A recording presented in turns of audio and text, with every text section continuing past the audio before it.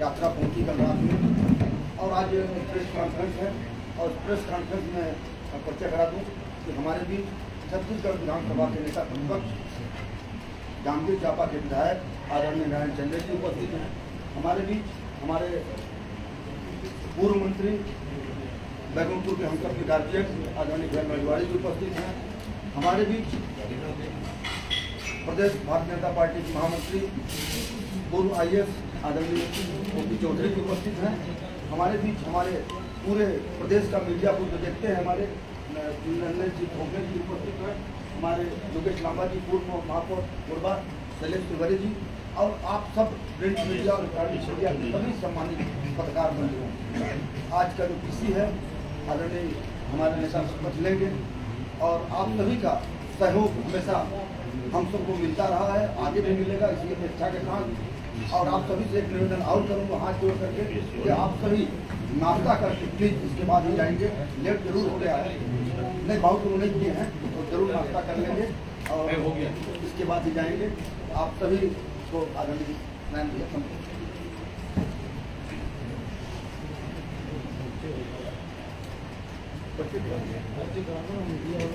चलो मीडिया वालों का भी एक बार परिचय हो जाए सबको।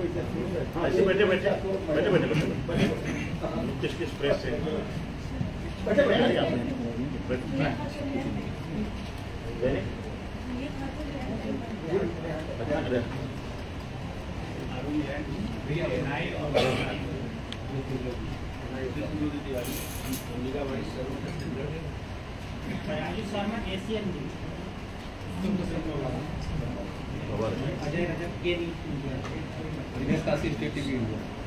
सावन कुमार जनतंत्र TV कोरिया और MCB, Suresh Kumar India Republic समाधि, नीलेश तिवारी दूरदर्शन और बंसल DD न्यूज, अनु बड़ेरिया PG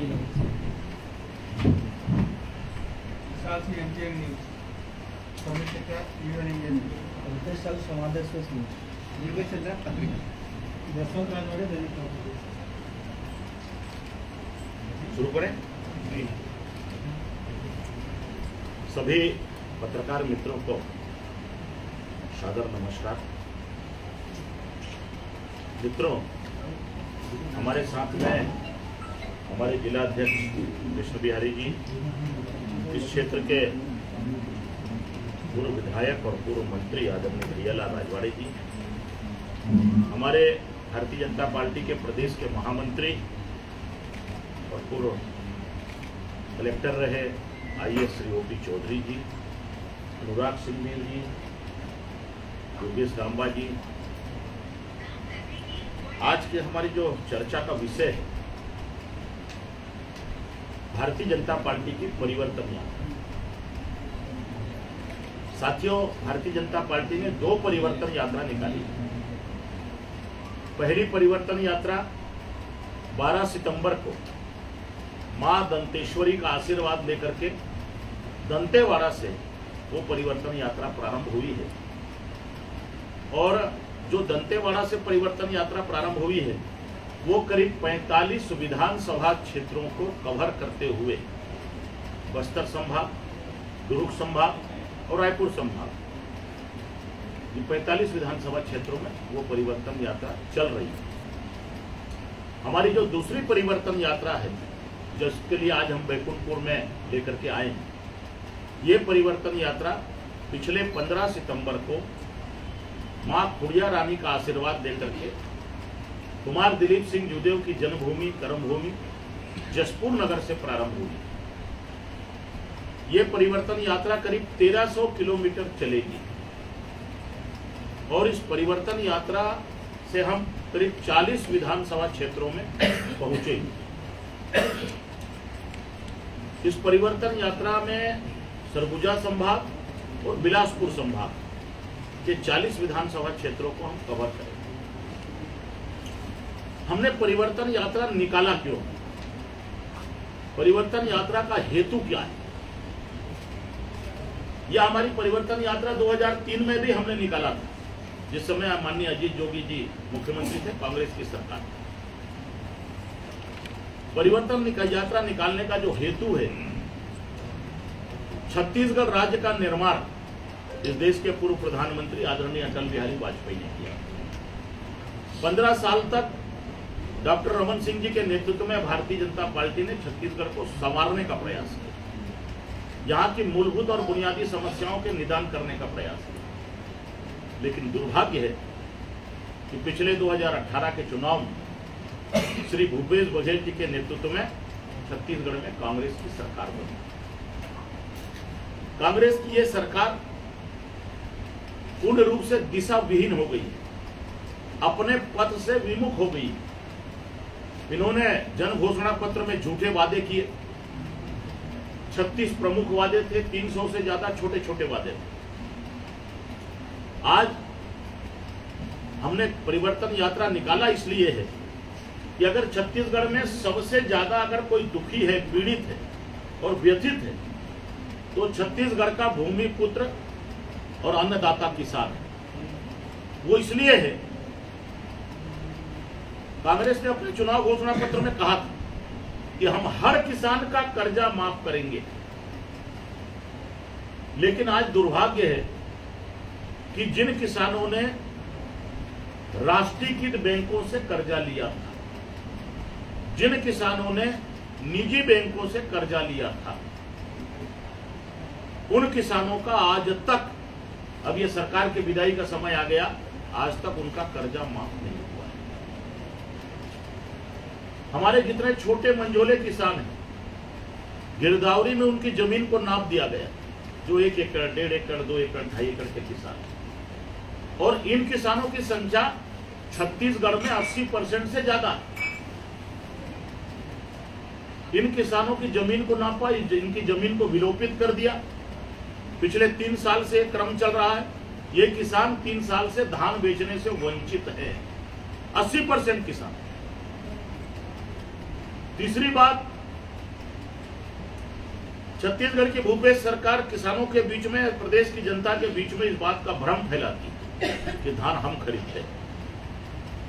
हम आपके माध्यम से इस प्रदेश के किसानों को और इस प्रदेश की जनता को बताना चाहते हैं कि धान खरीदी में 80% से ज्यादा राशि आदरणीय नरेंद्र मोदी जी की केंद्र की सरकार देती है।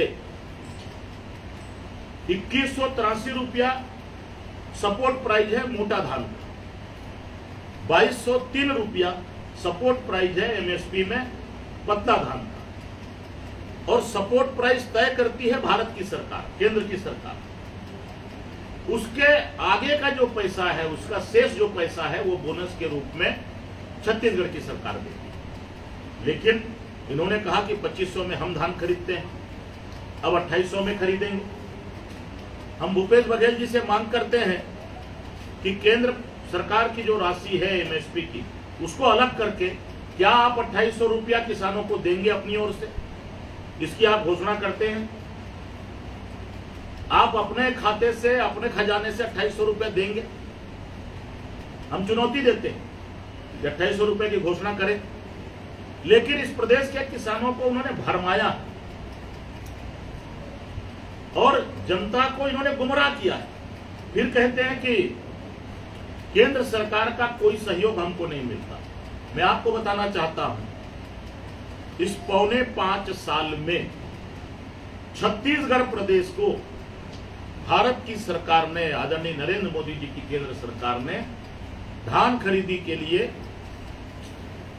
74,000 करोड़ रुपया दिया है। सिर्फ 22,000 करोड़ रुपया छत्तीसगढ़ की सरकार ने उसमें लगाया है। अब ये कहते हैं कि धान खरीदी के लिए भारत की सरकार पैसा नहीं देती। अरे भैया, धान से जो चावल बनता है वो तो भारत की सरकार लेती है ना। भूपेश जी से पूछना चाहते हैं, वो किसान पुत्र हैं, धान से ही तो चावल बनता है कि कोई नई प्रक्रिया उन्होंने निजात की?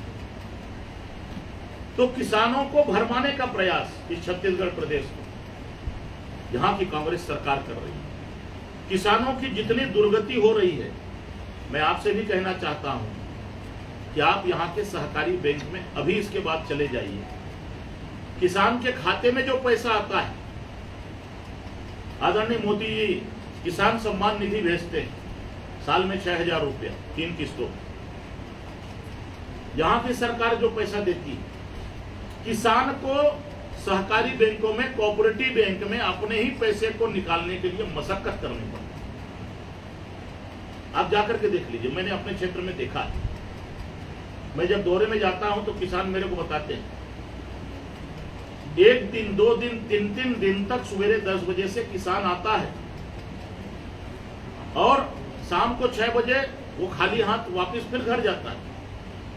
ये किसानों की दुर्दशा छत्तीसगढ़ प्रदेश में, जो मुख्यमंत्री अपने आप को कहता है कि मैं किसान का बेटा हूं, किसान अपने ही पैसे को निकालने के लिए कसरत करता है। बिचौलियों का पैसा पहले निकलता है, किसान का पैसा 3 दिन 4 दिन में निकलता है। कोऑपरेटिव बैंक में जाइए आप, सहकारी बैंकों में, वहां के अधिकारी किसानों से दुर्व्यवहार करते हैं। मैंने कृषि विज्ञान केंद्र के एक कार्यक्रम में जब किसानों से संवाद किया तो मैंने कोऑपरेटिव बैंक के अधिकारियों को कहा था कि जैसे रेलवे में पूछताछ का एक काउंटर होता है, वैसे किसानों को सहयोग करने के लिए हर सहकारी बैंक में एक काउंटर खोला जाए, जिसमें किसान जाए।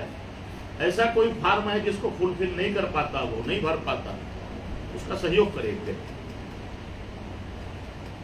गांव से किसान आता है, लेकिन इस छत्तीसगढ़ की भूपेश सरकार के जमाने में सबसे ज्यादा दुर्गति अगर किसी की होती है तो किसान की होती है। साथियों, इन सारे विषय को लेकर के हमने परिवर्तन यात्रा निकाली। जब से भूपेश जी के नेतृत्व में यह सरकार बनी है, आप देख लीजिए, हिंदुस्तान की आजादी के बाद किसी राज्य सरकार के ऊपर इतने करप्शन के आरोप नहीं लगे, इतने घोटाले के आरोप नहीं लगे। और सिर्फ आरोप नहीं, ईडी ने, आईटी ने उसको प्रमाणित किया है अपने प्रेस नोट, अपने स्टेटमेंट। चाहे वो कोयला घोटाला हो, शराब घोटाला हो, राशन घोटाला हो, जमीन घोटाला हो, गौठान में घोटाला हो, गोबर में घोटाला हो, भर्ती में घोटाला हो, पीएससी में घोटाला हो, इन सारे घोटालों को, चाहे महादेव ऐप का मामला, 417 करोड़ रुपया ईडी ने अभी महादेव ऐप के मामले में, सट्टा बाजार के मामले में 417 करोड़ रुपए की संपत्ति को सरेंडर करवाया। तो ये जो छत्तीसगढ़ की सरकार है, ये घोटालों की सरकार है, और जितने घोटालेबाज हैं उनका संरक्षण छत्तीसगढ़ की सरकार कर रही है। यहां का प्रशासन कर रहा है, यहां का शासन कर रहा है। मुख्यमंत्री श्री भूपेश बघेल जी सीडी कांड में स्वयं बेल में, उनके निजी सचिव और कुछ भ्रष्ट अधिकारी और कई व्यापारी जेल में। इस अक्टूबर में उनको 1 साल हो जाएगा। तो ये स्थिति इस राज्य सरकार की है, इस छत्तीसगढ़ की कांग्रेस सरकार की है। इसलिए हमने परिवर्तन यात्रा निकाला है कि हम जनता के बीच में जाएंगे, इन सारे चीजों को जनता को बताएंगे। कानून और व्यवस्था की स्थिति इस प्रदेश में बद से बदतर है। जिस प्रकार से नित नए किस्म के घोटाले होते हैं, उसी प्रकार से नित नए किस्म के यहां पर क्राइम होते हैं, अपराध होते हैं। जब भी हम सुबेरे का अखबार उठाते हैं, प्रतिदिन चोरी, डकैती, हत्या, फिरौती, अपहरण, बलात्कार, साइबर क्राइम। आज ही मेरे पास एक अखबार की कटिंग पड़ी है। कल सुबेरे रायगढ़ में एक्सिस बैंक में डाका, 562 करोड़ के केस और जेवर लेकर के डकैत भाग गए। रात को नहीं, सुबेरे, दिन के उजाले में अपराध हो रहा है। यह छत्तीसगढ़ की कानून व्यवस्था की स्थिति बद से बदतर है। हमारा आरोप कि जो अपराध घटित हो रहे हैं, सत्ता पक्ष के कांग्रेस के नेताओं का अपराधियों को संरक्षण प्राप्त है। भिलाई में जो घटना घटित हुई परसों, मलकीत सिंह भिलाई गदर फिल्म देखने के बाद पाकिस्तान मुर्दाबाद के नारे लगाने पर एक विशेष समुदाय के लोगों ने, मुस्लिमों ने उसकी जघन्य हत्या कर दी। ये छत्तीसगढ़ का वातावरण। कोई नौजवान अगर पाकिस्तान मुर्दाबाद के नारा लगाता है, देशभक्ति का वो जीवंत प्रमाण है, लेकिन दुर्भाग्य ये है मुख्यमंत्री के गृह जिले में एक विशेष वर्ग के लोग, मुस्लिम समुदाय के लोग उसकी सरेआम बर्बर तरीके से हत्या करते हैं। मुख्यमंत्री मौन, मुख्यमंत्री की बयानबाजी अपराधियों को पकड़ने के बजाय उनके पीछे और कौन लोग थे। इस प्रकार की जो प्रवृत्ति है छत्तीसगढ़ में बढ़ी। बीरनपुर में हमारे साहू समाज के, ओबीसी समाज के एक नौजवान की इसी समुदाय के लोगों ने विभत्स तरीके से हत्या की। मुख्यमंत्री जी आज तक उस परिवार से मिलने नहीं गए। वहां के विधायक रविंद्र चौबे जी उस परिवार के चौखट तक नहीं पहुंचे। गृह मंत्री उसी दुर्ग जिले के हैं, उनको फुर्सत नहीं मिली है। इस घटना को 3 महीने से ज्यादा समय हो गए। ये छत्तीसगढ़ की कांग्रेस की सरकार संवेदनहीन सरकार है। उत्तर प्रदेश में कोई घटना होती है, अपने आकाओं को खुश करने के लिए मुख्यमंत्री जी 50-50 लाख रुपए उनको सहयोग राशि देने की घोषणा करते हैं। लेकिन बीरनपुर में और इस भिलाई की घटना में, बगीचा में, जसपुर में हमारे कोरवा आदिवासी जो राष्ट्रपति के दत्तक पुत्र हैं, मैं उस जांच में गया। 4 लोग फांसी के फंदे पर झूल गए भूख के कारण। 3-3 महीने से उस क्षेत्र में राशन का वितरण नहीं हुआ। मैं और रामविचार जी वहां गए थे, पहाड़ी के ऊपर 2 से 2.5 घंटा हम उस गांव में रहे। प्रशासन से हमने बातचीत किया, लेकिन दुर्भाग्य है एक दिन पहले मुख्यमंत्री जी आए थे जसपुर नगर में, चापर से उसी गांव से ऊपर से होकर के निकल गए, लेकिन 5 मिनट उस गांव में उनका चापर नहीं उतर पाया, पीड़ित परिवार से नहीं मिल पाए। ये किसी भी मुख्यमंत्री के लिए और किसी भी सरकार के लिए इससे शर्मनाक बात और कुछ नहीं हो सकती कि किसी राजा के राज में हमारे आदिवासी भाई की भूख से मौत हो, भूख के कारण वो अपनी जीवन की ये लीला समाप्त करे फांसी लगा करके। ये इस छत्तीसगढ़ प्रदेश के लिए अत्यंत ही दुर्भाग्य की बात है और इसलिए हमने परिवर्तन यात्रा निकाली। इस परिवर्तन यात्रा के माध्यम से हम जन जन तक जाने का प्रयास कर रहे हैं, लोगों को छत्तीसगढ़ प्रदेश के इस भूपेश कुशासन के असली चेहरे को उजागर करने का प्रयास कर रहे हैं। इस परिवर्तन यात्रा में हमारे राष्ट्रीय नेता भी शामिल हो रहे हैं प्रमुख स्थानों पर। कल आसाम के मुख्यमंत्री माननीय हेमंता जी आए थे। परसों उत्तर प्रदेश के उप मुख्यमंत्री केशव मौर्य जी शामिल हुए थे। आज हमारे साथ ओपी चौधरी जी पूरे परिवर्तन यात्रा में अब रहने वाले हैं। और भी कुछ विषय मैं हमारे प्रदेश के महामंत्री आदरणीय ओपी चौधरी जी से कहूंगा कि कुछ देर आपसे संवाद करें, उसके बाद आपका जो प्रश्न होगा।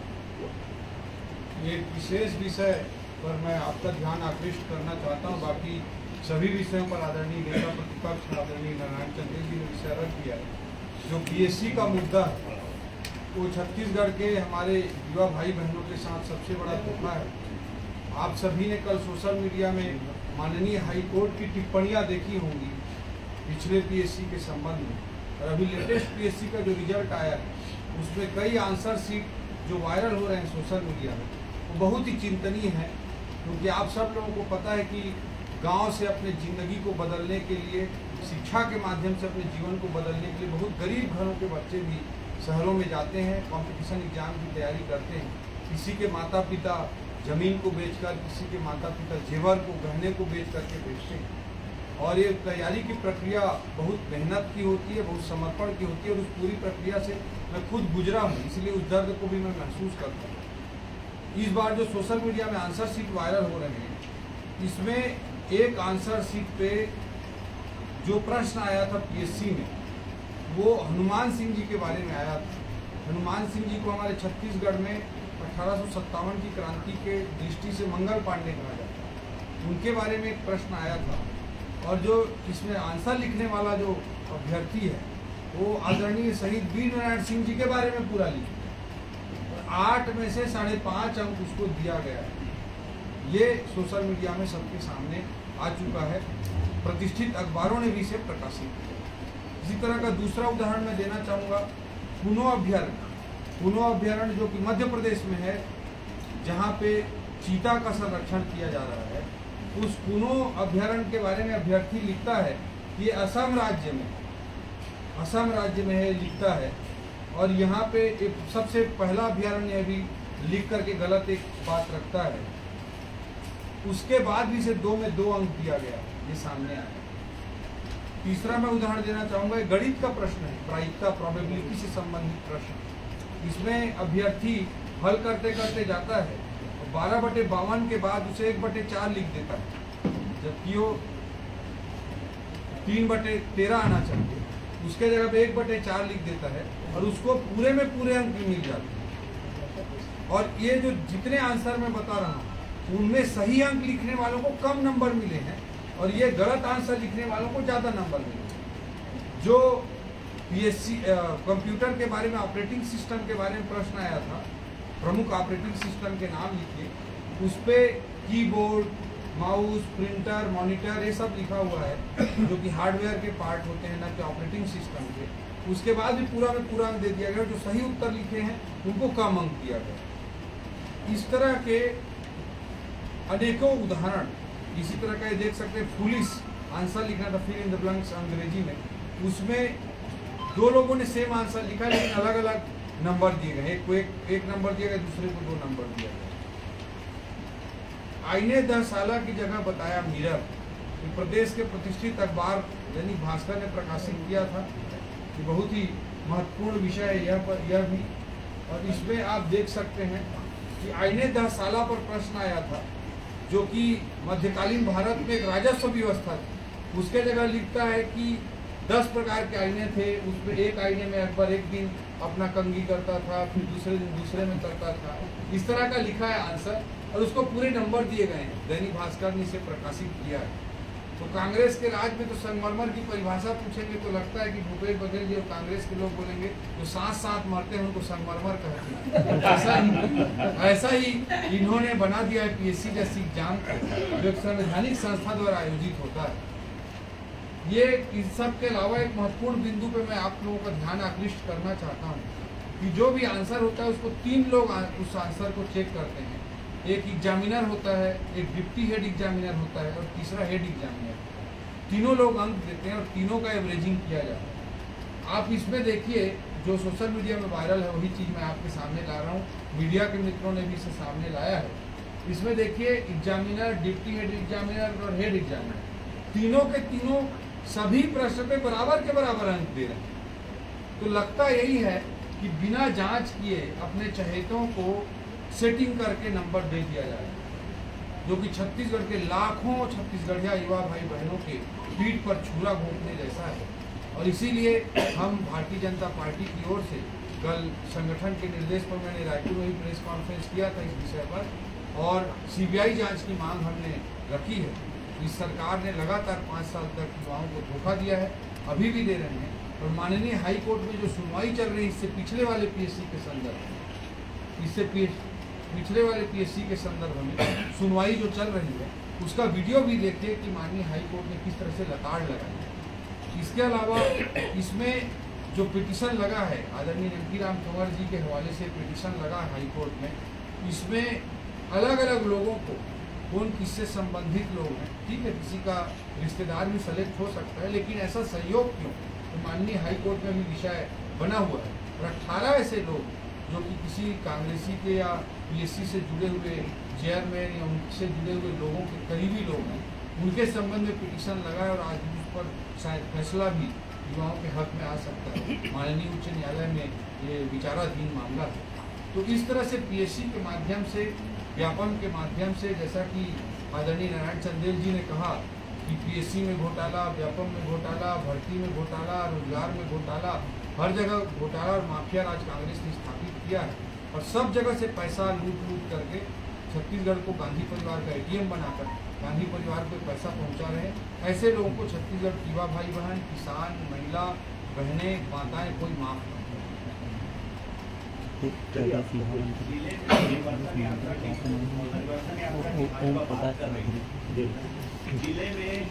जिले से बाहर के व्यक्ति को पद दिया जाता है, क्या करें? जिले से बाहर के व्यक्ति को पद दिया जाए, किस चीज में? मीडिया प्रतिनिधि। इसकी जानकारी हम लोग ले लेते हैं। आपने ये विषय लिया है, इसकी जानकारी संगठन के लोगों से, मुझे जानकारी इसकी नहीं है, लेकिन अगर ऐसा कुछ होगा तो हमारे संगठन के लोगों से हम बातचीत करेंगे। आपने अपने प्रेस वार्ता की शुरुआत में कहा था कि 15 साल तक डॉक्टर रमन सिंह के नेतृत्व में बीजेपी की सरकार बेहतर काम की, छत्तीसगढ़ के विकास के लिए काम किया, छत्तीसगढ़ को संभालने के लिए काम किया। फिर ऐसा क्या कारण था कि क्षेत्र की जनता ने, प्रदेश की जनता ने 15 साल का रिजल्ट लगभग 15 सीटों तक लाके पहुँचा था? पहला सवाल है। दूसरा आपसे एक भी सवाल है कि आपने जो यात्रा शुरू किया है सरगुजा संभाग से, जसपुर से आपने शुरू किया है, इसमें टोटल 14 सीटें थी और 14 की 14 सीटें आज कांग्रेस के पास है, बीजेपी के पास एक भी सीटें नहीं। जनता ने आपको नकार दिया। देखिए, ऐसा है, 15 साल हमारी सरकार रही और मुझे इस बात को कहने में कोई हिचक नहीं है कि छत्तीसगढ़ में डॉक्टर रमन सिंह जी के नेतृत्व में भारतीय जनता पार्टी की सरकार ने छत्तीसगढ़ के समाज में सबसे पीछे और नीचे रहने वाले व्यक्ति के उत्थान के लिए और सुदूर गांव के विकास के लिए हमारी सरकार ने हर संभव प्रयास किया। आपको जितना किस कोरिया जिले में भी डेवलपमेंट दिख रहा है वो भारतीय जनता पार्टी की सरकार है। रही बात जय और पराजय की, तो ये तो लोकतंत्र है, प्रजातंत्र है। जनता कभी किसी को नकार देती है, कभी किसी को बैठा देती है और जनता का जो फैसला है उसको हम स्वीकार करते हैं, उसमें कोई दिक्कत नहीं है। प्रजातंत्र में परिवर्तन होते रहता है। दूसरी बात क्या बोले? मैंने सरगुजा संभाग के बारे में बात किया था, 14 की 14 सीटें जी। 2003 में हमारी भी 12 सीटें थी। यही तो परिवर्तन है प्रजातंत्र में, लोकतंत्र में। अभी आप 2023 में आप देख लेना, हम 2003 का इतिहास दोहराएंगे। धान और चावल को लेकर के अभी आप बोल रहे थे कि प्रदेश सरकार गुमराह कर रही है, तो इस चीज को भाजपा और भाजपा के कार्यकर्ता आम जन तक क्यों नहीं पहुंचाने का प्रयास कर रहे हैं। अभी हमारा गांव-गांव चलो, घर-घर चलो यात्रा हुई थी। गौठानों को लेकर के हमने गौठानों में निरीक्षण करने गए थे। देखिए, ये जो सरकार है ना, छत्तीसगढ़ की सरकार, अब इनका ड्रीम प्रोजेक्ट क्या है? नरवा गरवा गुरुआ पारी। ठीक, आप गौठानों की हालत देख लीजिए, कोई भी गौठान में चले जाइए, जिसको ये आदर्श गौठान कहते हैं वहां भी चले जाइए। मैं अपने क्षेत्र में गया हूं, अपने जिले में गया हूं, प्रदेश के कुछ गौठानों में गया हूं। गौठान आप बनाए किसके लिए हैं? गाय के लिए। वहां गाय को छोड़ करके बाकी गौठान में वहां चारे की व्यवस्था नहीं है, पानी की व्यवस्था नहीं है, छाए की व्यवस्था नहीं है। ये तो इसका ड्रीम प्रोजेक्ट का हाल है। 2 रुपए किलो में कहते हैं कि हम गोबर खरीदते हैं, 10 रुपए किलो में उस कंपोस्ट खाद को बेचते हैं, कंपोस्ट खाद के नाम से। उस खाद में कुछ भी नहीं, उसमें कोई उर्वरा शक्ति नहीं, सिर्फ मिट्टी है, गिट्टी है और गोबर के कुछ टुकड़े हैं। किसानों को बाध्य किया जाता है। ये छत्तीसगढ़ के किसानों की दुर्दशा है। उनको बलपूर्वक कहा जाता है कि इसको आपको लेना पड़ेगा। ये तो छत्तीसगढ़ की सरकार है जो अपने आप को किसान की सरकार कहती है। भाजपा वो विपक्ष है, लेकिन आम जन तक नहीं पहुंच पा रही है बातें। सेंट्रल से जो मिल रहा है, जैसे चावल की कीमत आपने मैसेजिंग के रूप में बताया, ये आम जनता तक क्यों नहीं जा पा रही? हमारे कार्यकर्ता और आम जनता भी समझती है, ऐसा नहीं है। मैंने आपको पहले कहा कि छत्तीसगढ़ के किसानों को, प्रदेश की जनता को इन्होंने गुमराह करने का प्रयास किया, भ्रमित करने का प्रयास किया। इन्होंने बड़े बड़े होर्डिंग लगा दिए हैं, विज्ञापन दे रहे हैं रोज। अगर ये विज्ञापन का ही खर्चा बचा ले तो गौ माता गौठानों में नहीं मरेगी। कांग्रेस ने 75 पार का लक्ष्य रखा है, बीजेपी का क्या लक्ष्य? स्पष्ट बहुमत के साथ में हमारी सरकार बनेगी भारतीय जनता पार्टी की, ये सुनिश्चित है। ऐसा माना जाता है कि पिछली बार विधानसभा चुनाव में गुटबाजी की वजह से यहाँ हार हुई थी। इस बार क्या पार्टी की गुटबाजी समाप्त करने के लिए कुछ कदम उठाया जाएगा? क्या उसमें परिवर्तन होगा? हमारे यहाँ कोई गुटबाजी नहीं है। कांग्रेस में जरूर गुटबाजी है, सीधे साहब भूपेश जी